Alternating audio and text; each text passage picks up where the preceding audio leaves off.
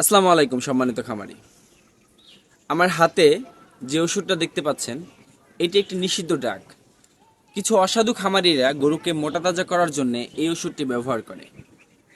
আজকের ভিডিওতে আলোচনা করব এই ওষুধটি ব্যবহারের ফলে একটি গরু এবং আমরা সাধারণ মানুষ যদি এর মাংস খাই তাহলে আমাদের কেমন বিপর্যয় তৈরি হয় সেই বিষয়ে আমরা আলোচনা করব।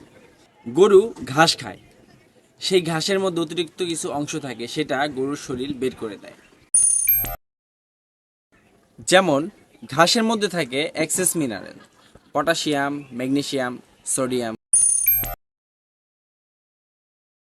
ঘাসের মধ্যে আরও কিছু উপাদান থাকে যেমন নাইট্রোজেনাস ওয়েস্ট, এর মধ্যে আছে অ্যামোনিয়া, ইউরিয়া।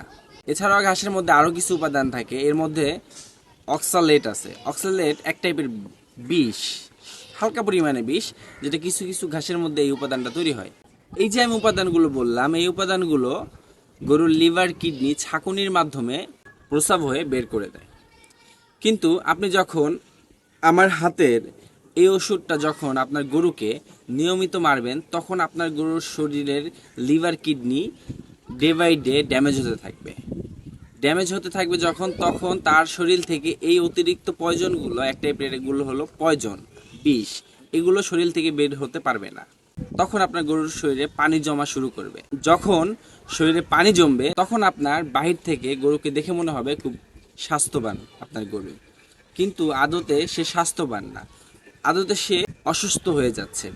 15 থেকে 1 মাস যদি এই ওষুধ আপনার গরুকে আপনি নিয়মিত প্রয়োগ করেন, তাহলে আপনার গরু 1.5 থেকে 2 মাসের মাথায় মারা যাবে।